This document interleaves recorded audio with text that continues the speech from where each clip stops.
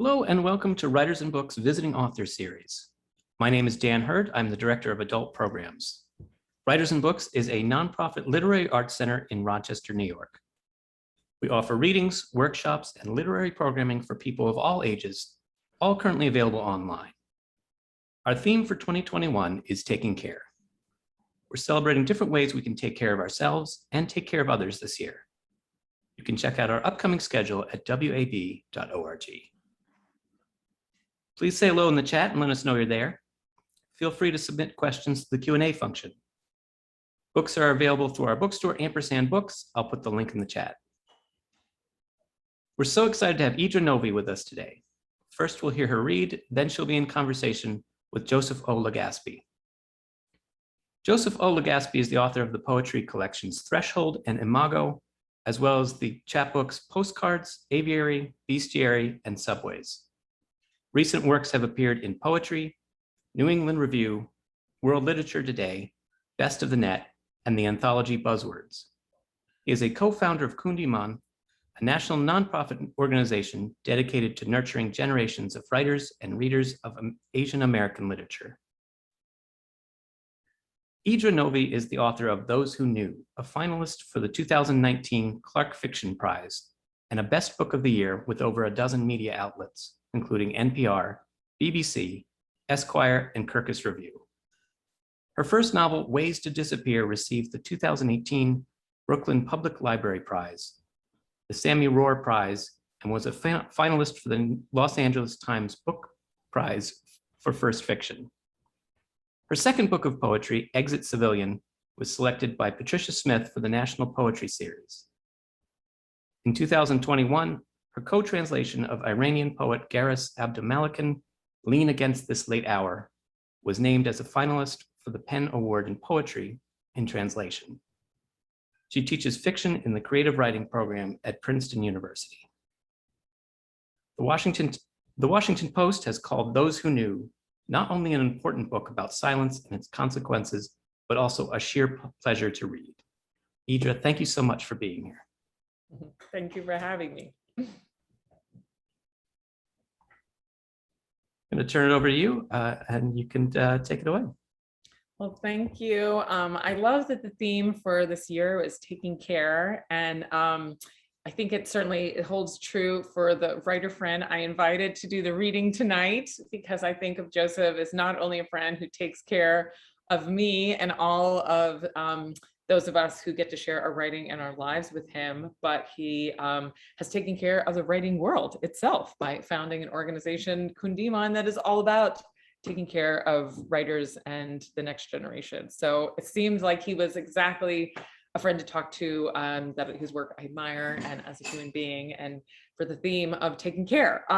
And Those Who Knew, what I'm going to be reading from is my second novel. Here it is. I'm going to be reading from the first two sections of the novel, which are both in two different narrators. And I think the way it sort of ties into this theme of taking care is it's about when you get sabotage in your life or something goes wildly wrong, and you turn to your friends and the people to sort of validate your version of events or things that you can't change. And that I think that I see this novel as a novel about political corruption, but also political corruption has no consequences, or acts of interpartner violence that have no consequences. And that when there are injustices that have no consequences and you have to accept that that's the case, who takes care of you, who helps you get through the sort of injustice and the quiet, rage that comes from seeing people who don't have consequences for their actions. And so I am going to start. The first narrator, there's three narrators in the book, and the first one that I'm going to read,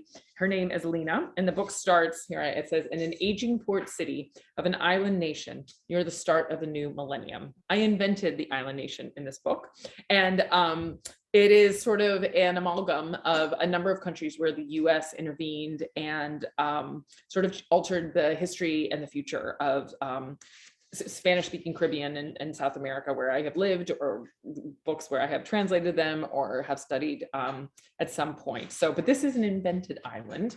And this is the first chapter from the narrator, Lena, who has is returning to a flashback from her past. I won't say too much about it. You'll get that from the opening chapter. Precisely a week after the death of Maria P. was declared an accident, a woman reached into her tote bag and found a sweater inside that didn't belong to her. Standing at the register in the supermarket, she had reached in for her wallet, which was there, as were her keys and the bundled up green bulk of her scarf. Only now there was also this worn black sweater.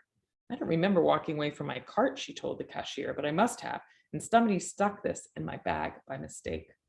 She held the sweater up over the register and saw that a white zigzag ran across the front like the pulse line on a heart monitor.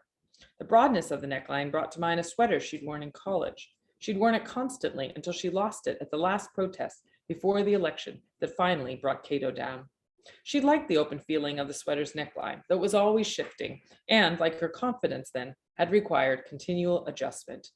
You could just keep it, the cashier at the market said. No, she said, it isn't mine.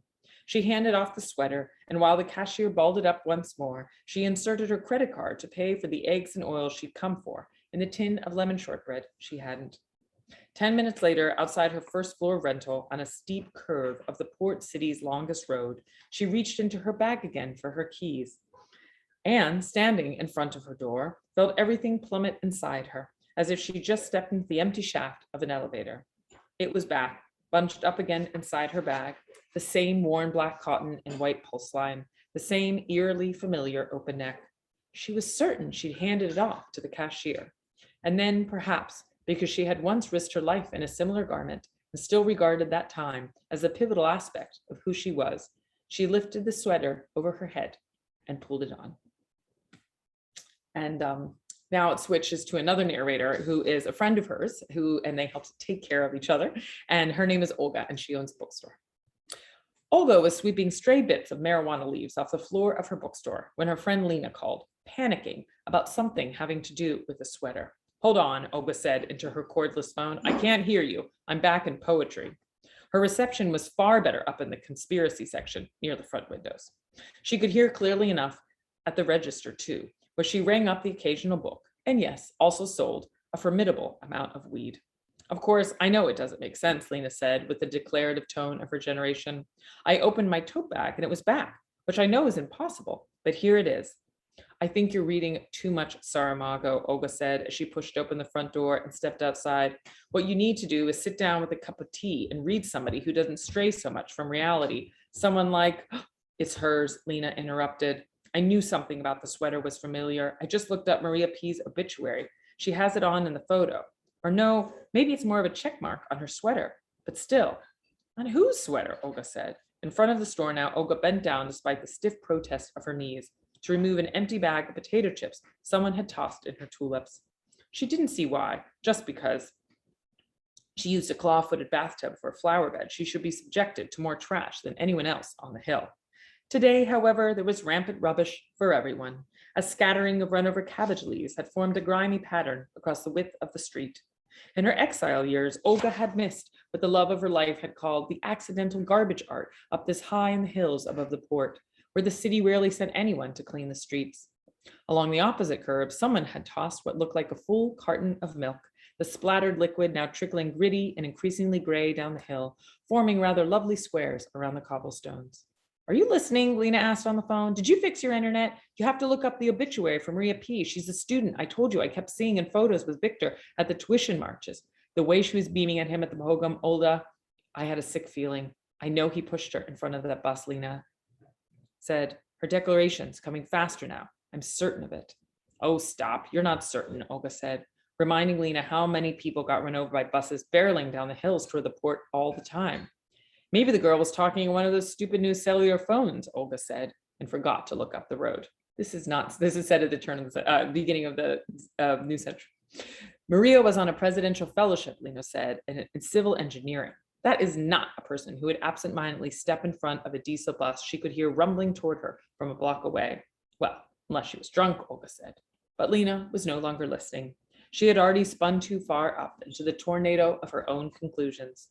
In a lower, more determined voice, Lena declared Maria must have sent the sweater from some kind of afterlife limbo, the closest sweater Maria could find to her own. The design is a little different, Lena went on, but what else could a sweater that's similar mean? Maria must be stuck in some kind of way station for murder victims and have found out there what I let Victor get away with. Maybe she'll be stuck in that limbo state until I do something. Olga tried to point out that Lena was projecting a considerable amount of meaning onto a sweater that could just be an odd coincidence. Well, it's possible, Olga said. The cashier didn't want to bother with the lost and found on her meager 5-minute break and decided to just put the sweater back in your bag. But what about the obituary? Lena's voice rose again. I have the photo open on my computer, Olga. The sweater has the same open neckline and the check mark on the front is practically a zigzag. It's from her, I'm certain of it. And I could go to the police right now. I drank at the Minnow in my student days. I know that curve on Trinity Hill where she was killed. I could describe it. I was walking up Trinity that night and I saw Victor push her in front of the bus. Well, except you didn't see him do that, Olga pointed out, insisting Lena come up to the bookstore to talk this through. You just have a hunch, Olga reminded her, and Victor has the backing of the entire Truth and Justice Party. I'm going to skip ahead. So it's a lot to introduce so many characters just reading aloud. And I'm going to read just one more section from Olga, and then I'll talk to Joseph and take questions from anyone who would like to ask a question. So this is just the next section when Olga is waiting for her friend. In lieu of performing the Google search for the obituary, Olga was rolling a robust joint for her friend. She hadn't gotten around to fixing her internet or the plumbing for that matter. What for? She felt lighter inside when she deliberately streamlined her requirements of the world. The less she needed, the less guilty she felt about continuing to exist while the love of her life had not. When she needed to relieve herself, she forced her reluctant knees to deliver her out the back door of the bookstore and down the crumbling stairwell to her abode in the row of homes below. If her neighbors living along the same staircase glimpsed her gray head bobbing slowly by and guessed she was heading home to relieve her bowels again, well, that was their problem. They already had some idea what soldiers had done to her. Everyone in walking distance of the bookstore knew some rumored version of what she must have endured at the outset of the regime, when she'd been rounded up with hundreds of other student protesters. Although what had been done to the love of her life, right in front of her, was known to no one. Her mythical status as one of the few exiles who'd returned to the island had even found its way into various travel guides, which caused a trickle of young backpackers from the northern country that had hosted her. The backpackers shuffled into the store, greasy-haired and eager to convey what they learned in college about their government's insidious meddling in the rigged election that put Cato in power. As if any of it might be news to Olga, as if she might not be aware that their secret service had supplied the weapons and created the media panic about a communist threat that had barely existed. It was for these earnest-faced young Northerners that Olga had put together the conspiracy section under the front window. She kept it stocked with the crumbling leather-bound volumes of Trotsky and Marx that people continued to find buried in their backyards when they dug a hole for a dead dog or to uproot some unwanted shrub. Owning such books now didn't mean much of anything, which is why people in the hills kept selling her their disinterred editions of Lenin's The State and Revolution for less than the cost of a pack of cigarettes. Olga then sold the editions for triple that to her eager young Northerners as souvenirs. A few days earlier, she'd had an unusual Northerner come in, a fellow in his mid-30s, so freshly bathed he still smelled of soap, and asked if she carried poetry. Even odder, he pulled a scone for her out of his bag from some baking he'd done that morning in his hotel, a situation so unexpected and delicious, she'd reported it to Lena. Most hours, when she had any customers at all, either for cannabis or literature, they were from the new liberal arts college up the hill. She had intentionally been put off by the righteous air of its young professors who'd taken part in the marches to get rid of Cato, especially Lena, whose haughty enunciation had immediately given her way, as hailing from a conservative private school up the coast. Olga had assumed Lena wouldn't last any longer instructing college students to become municipal teachers than the 4 years Lena herself had lasted teaching in the municipal system before she scurried back to the calm of university lecture halls. Olga had assumed it wouldn't be long before Lena, with her pretty face and commendable ass, would get married to some classmate from her private school days and move into a beachfront high-rise with a doorman. But 6 years later, Lena was still scribbling long notes on her students' responses to Freire's pedagogy of the oppressed, still objecting when the head of her department jokingly called her and the other young female instructors his harem. There was an indomitable ferocity to Lena that Olga had not expected, had it come not only to admire, but to count on to recharge her own. And so it was with genuine concern and the deepest affection that Olga was now rolling the fattest possible joint for her friend. She hoped a little weed would subdue Lena long enough to realize the sweater was simply an enticing coincidence. Olga had pursued a ghost once herself, a man who had sat down across from her on a bus a few months into her exile years. He'd had the same splotchy pigment across the back of his hands as the soldier who brought food into the room when she and the love of her life had been detained. The man on the bus looked slightly older, but with the same round face and conflicted expression. Though Olga was certain that soldier couldn't be alive. She'd heard his voice outside the room defying an order. After his objection, she heard the blast of a bullet, and he'd never entered again. Yet there he was on the bus in front of her, and she convinced herself he must be an apparition, come to find her in the vast, inhospitable country where she'd experienced such loneliness, she'd begun to feel like a specter as well. When the man rose to exit the bus, she knew she wouldn't be able to live with herself if she didn't follow him and see if he had appeared to reveal some kind of message, to convey that the love of her life was not dead, but still breathing in some secret cell in the interior. Even before the man abruptly turned and came at her with the knife, she had known it was just an uncanny resemblance, that she was trailing him because trauma made a kite of the mind, and there was no telling what kind of wind might take hold of it. I'll stop there. Thank you.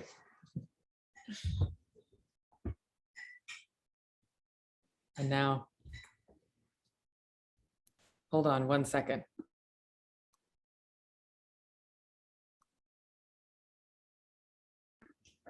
Sorry.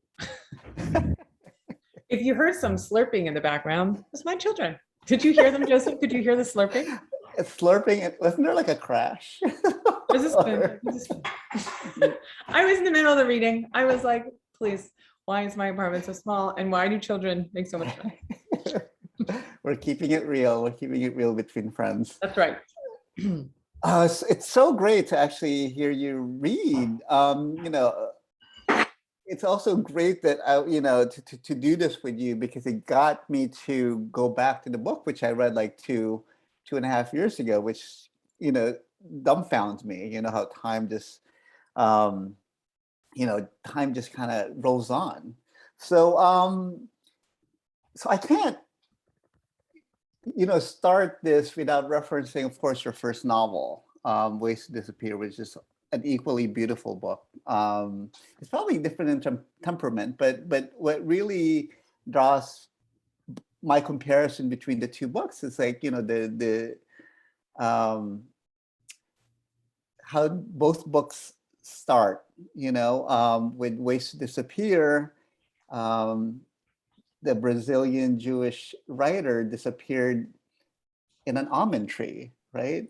As Brazilian Jewish writers tend to do. It's just a thing that happens, And with Those Who Knew, there's this like appearance and reappearance of this mysterious sweater. So in a way, both books already has this touch of mystery and magical realism to it.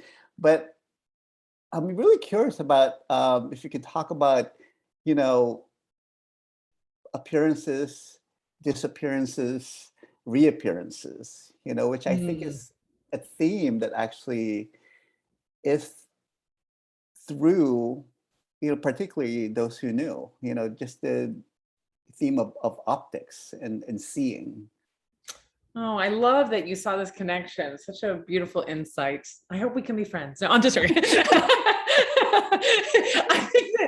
I think, and I think this is true of your writing, that you're very image driven, and I think because I come from poetry and a very sort of sensory focused writing, that seeing and unseeing and re-seeing is where things come from for me. And so I think with Ways to Disappear, that novel very much came from having that image in mind of wanting to escape from my life to go read in a tree. And that image just kept coming back to me, and it just kept coming back. And I knew that when something comes back to you, you're going to do something with it. You're going to write something with it. And I was like, well, why would someone end up in a tree? And then like the more I fantasized, and then I got to know sort of the character in my mind, but it was very much by this image that kept sort of recurring in my imagination. And, I think with Those Who Knew, that sort of actually happened with the image at the end of the book of I don't give away the ending, but that there's these two boys and they sort of dip under a sort of roll in the land and they're out of sight. And there is this sort of, terrible dread. Did they fall? Will they come back up the rise on the other side or not? And I think that that's sort of true for the near future and the distant future. I think that's true for the pandemic, where it's like, Are we somewhat done? Are we almost done? Will we never be done? Like, you just don't know. There's like, that uncertainty. And so I think that image, where those who knew, but then I also have this image of how lives are intertwined, and how your fate can feel connected to somebody else's fate. And so I was thinking of some concrete, tangible thing that you could hold or put on your body to feel your connection to someone you didn't know, but whose experience feels linked to yours.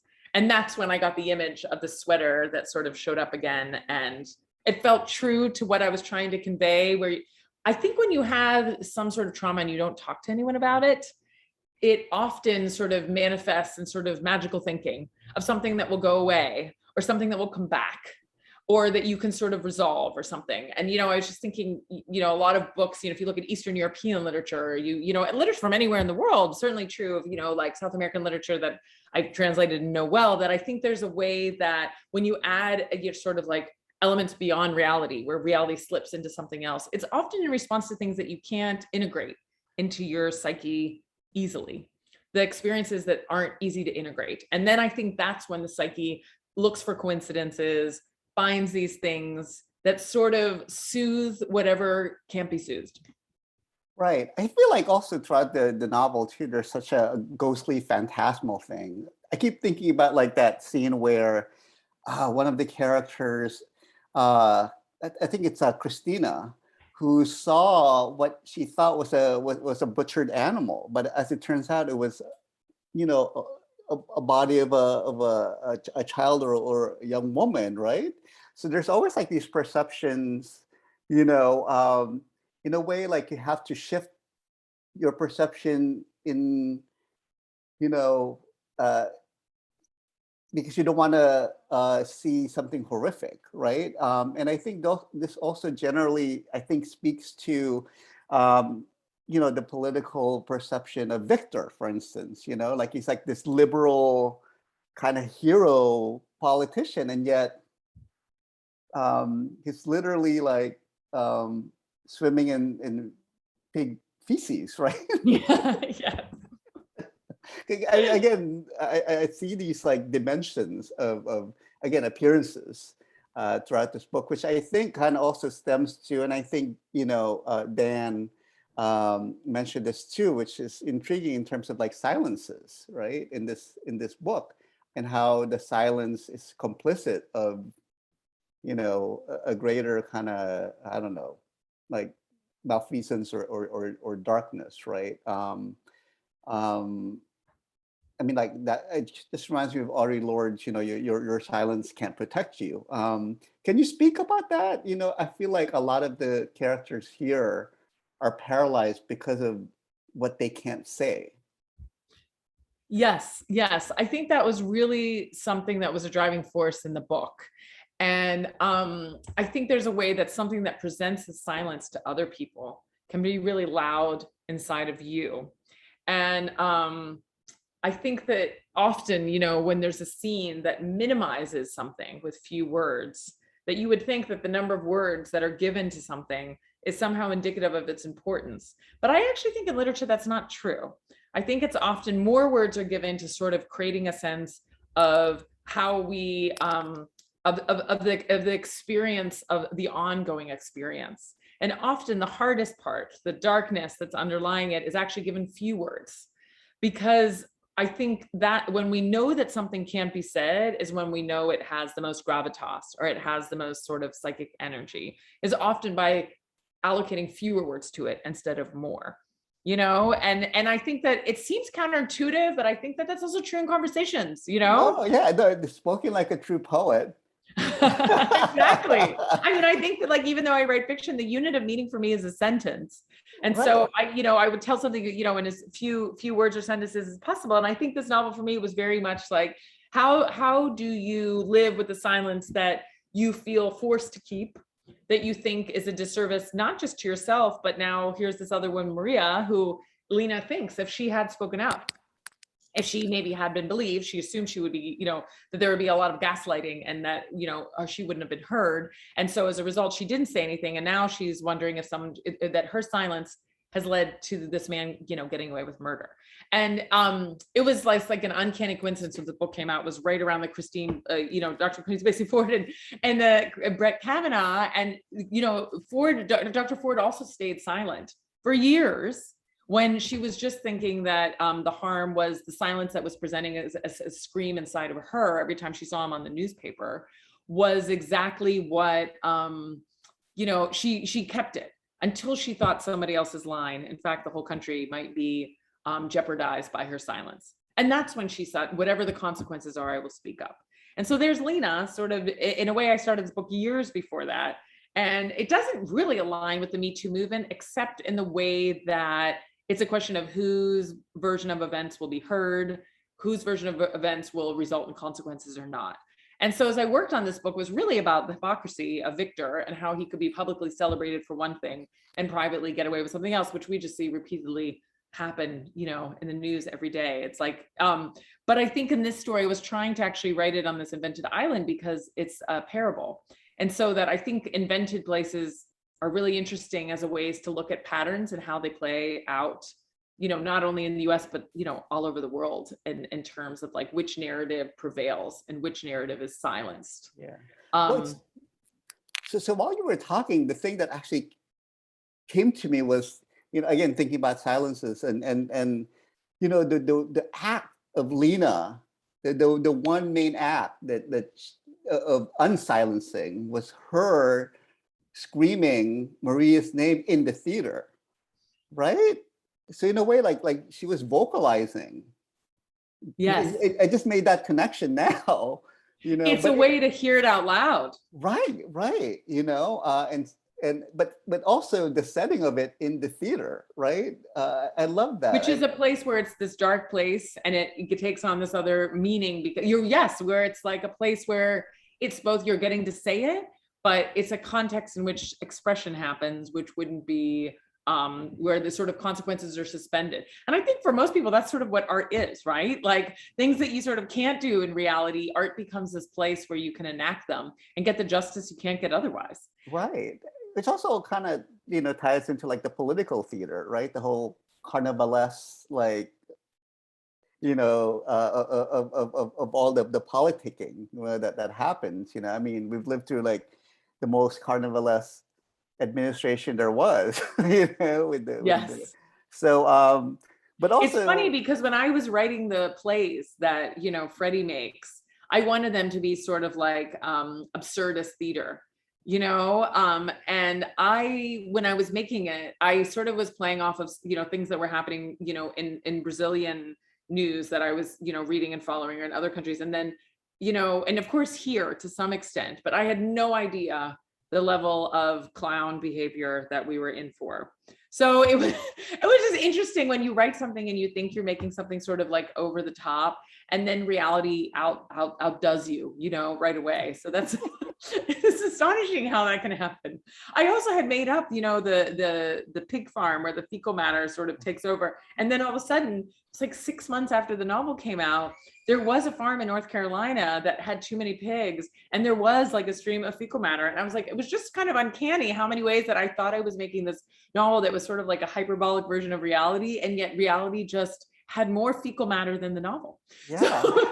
So like reality caught up, to yes, and surpassed hyper reality. It surpassed my surrealism in many ways. But also, I think that that's something that you sort of, as writers, you feel it, or you have a sense of like where the wave of things around you are going, and these questions that you're asking, and then which maybe were coming anyway, because you're just like marinating in certain ways of what's happening around you.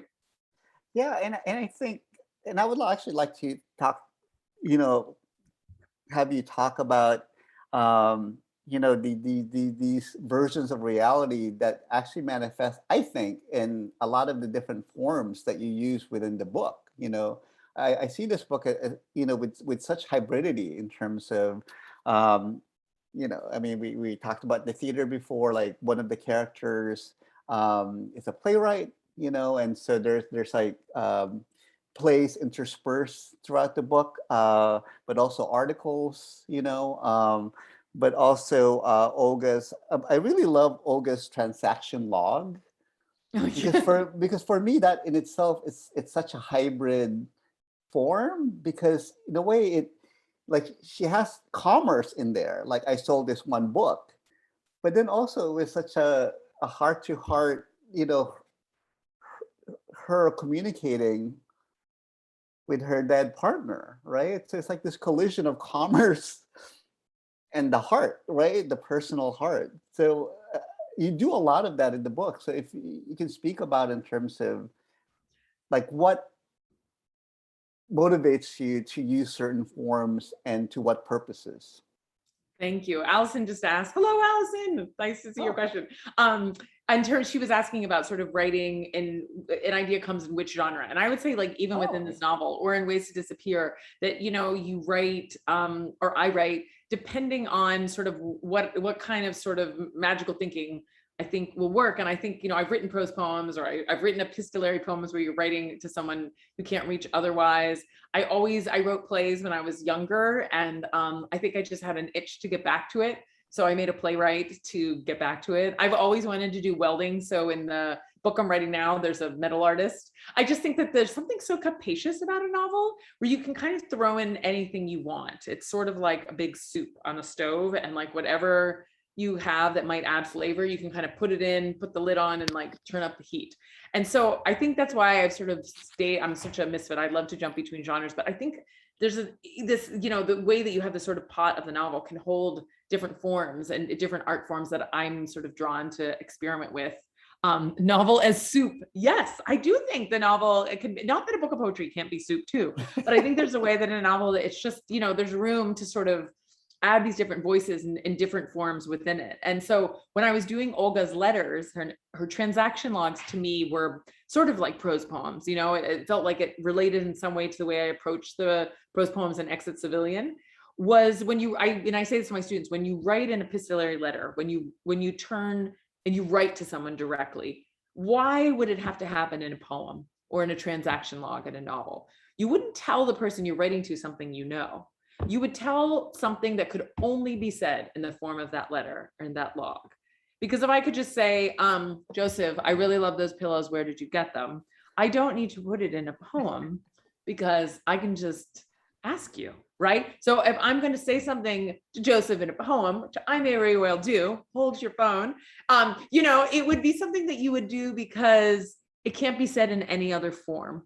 And so I think that's the sort of invitation as a writer when you are creating a transaction log or you have a direct address in a novel or in a poem, is that you want to say something that couldn't be said otherwise, that you wouldn't have the nerve to say it or wouldn't be able to say it. And not simply because the person's actually physically no longer available to you, but because it could only happen in that form of communication. And so that was sort of my guide writing those letters, which was one of my favorite parts of this book, was those letters that Olga was sort of bearing herself and bearing her heart to this person who she felt understood her more profoundly than anyone else, and maybe with more honesty.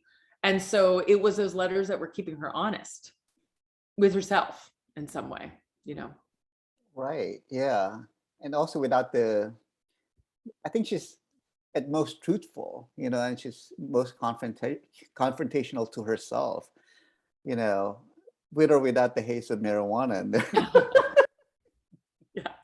Whatever compromised truth is possible after, a severe amount of, marijuana that didn't get sold that day. Yes, exactly. It also was funny to be writing about a bookstore that's like resorting to other things. And then the pandemic happened and we were all trying so hard as for writers and books and all these literary organizations and bookstores that sort of keep literary culture alive and our literary ecosystem. And you just think how precarious it is. And I mean, it was all the bookstores that made it through the pandemic, it's astonishing. And I think that I was thinking of this bookstore because it was based on a bookstore I knew in Valparaiso in Chile. And I think that was a bookstore that I knew the owner. Her name was Paola, and I spent a lot of time in that bookstore. So it was definitely, this bookstore was based on a real bookstore I knew, and there was people who came in with wheelbarrows of books that had been disinterred from yards. So a lot of that came from things that I had actually lived and had always wanted to write about. But I also think there was something about just thinking about bookstores and like, what do you do to keep that physical space where books are discussed and exchanged and coveted and shared, and it feels holy. And, you know, what compromises would Olga make as a bookstore owner that she would do in order to make that experience of a book community happen? Yeah. So wait, so apart from the prescience of the book, what actually was I guess the grain of the novel? I think it's so interesting that the book, after it was or when it was published, you know, all these craziness and wildness came about. But of course, that's not the genesis of the book for you. What was the initial impulse, you know, of Those Who Knew? I think for me, it was having worked with somebody. It's funny, I wasn't super honest about this right when the book came out, but then, because I thought it was so obvious to people. And then it turned out even to you, and you were like, what? It was just really interesting how many people I thought this would have been very legible to others. That I had worked with someone professionally who I thought was sort of maintaining a sort of astonishing level of hypocrisy, of sort of being a champion of women publicly and privately being a vicious, misogynist sort of nightmare. And so I thought it was like, who's enabling this hypocrisy? Who benefits from this hypocrisy? Who justifies this hypocrisy and their willingness to perpetuate it? And I just was very fascinated by that psychologically. You know, who is Christina? Who, even the Olga in her way, is sort of like, oh, if it wasn't Victor, at least somebody else. But, you know, at least he's doing something for the students. At least he's going to do something about tuition. That there's all these ways that you would say, well, if somebody's doing a service in some way, that you will just sort of swallow the other ways that they are, you know, indecent, or assuming that it's inevitable in some way. And so I think that was really interesting to me. And also this figure of Lena, who feels that even if she said the truth, that her lack of power compared to would really just only lead to her own loss of a job, and that she didn't think that anything would happen from her speaking up. And I think that happens all the time, that people don't say anything because they just think the only thing that they will get would be retaliation and a loss of career, loss of reputation, you know, and she would just lose her job at the university. So right. And do you think also, because you have such evocative, strong women characters, I mean, is that something that you also feel compelled to? I mean, you know, you talk about Lena and her helplessness, correct? But is this something that you wanted to put, you know, front? Because I also feel like Olga and Lena are in a way, I feel like they're like Lena is almost like a descendant of Olga, right? You know, I mean, they were both like activists.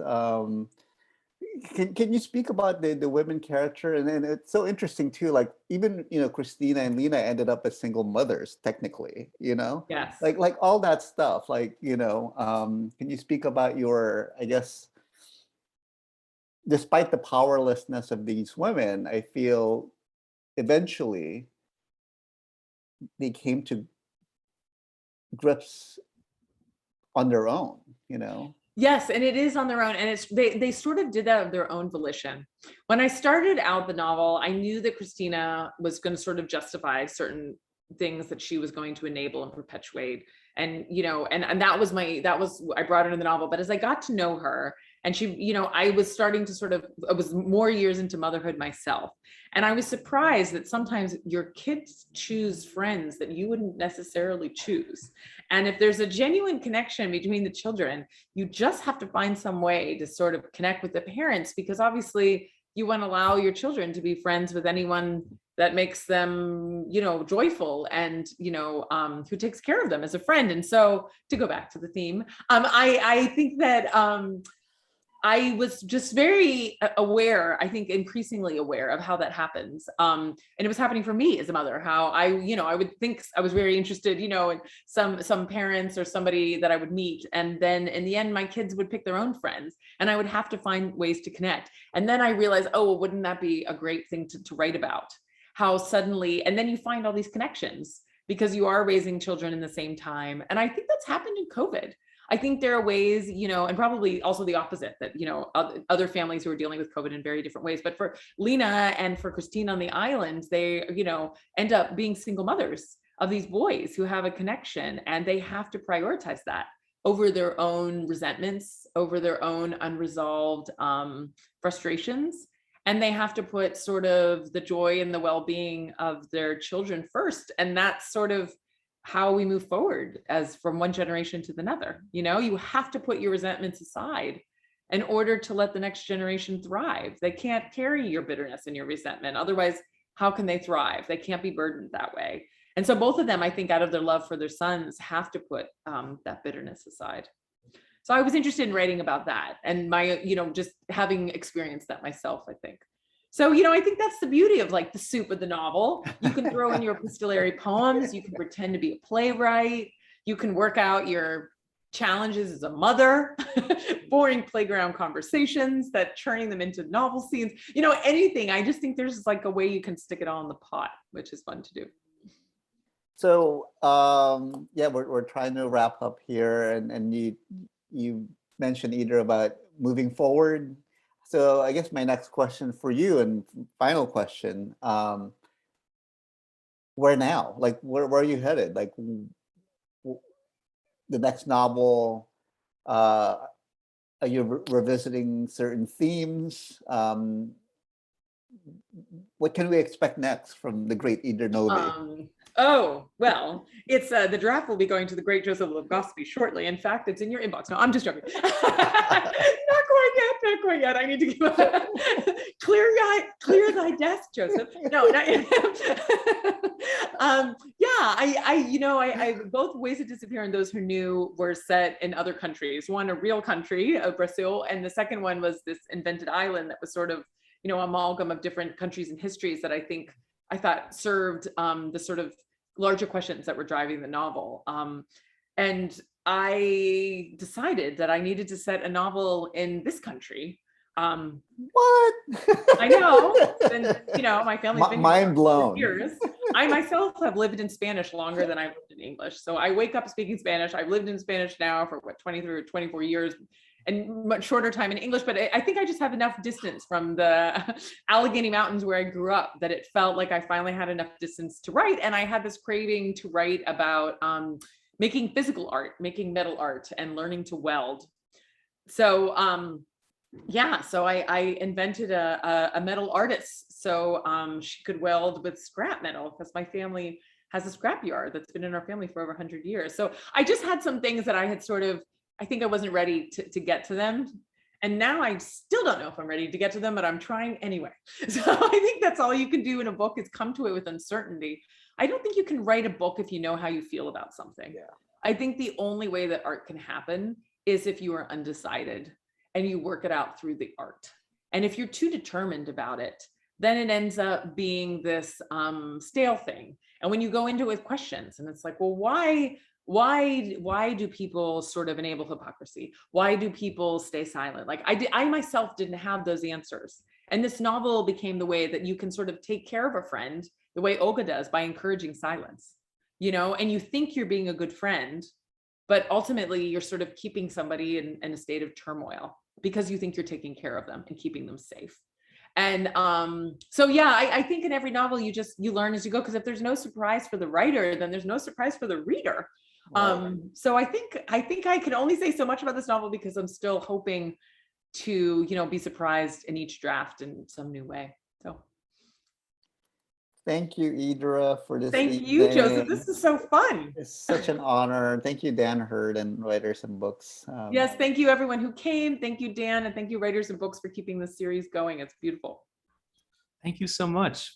Such a great conversation, and I loved hearing your work. I want to thank you both. Buy the book. The link is in the chat. I want to thank our funders here. Bring those up. Thank you to our funders. You can see a video of this event, as well as other readings we've done on our website, wab.org, as well as our upcoming readings. I want to thank everyone for coming, and have a great night. Thank you. Good night.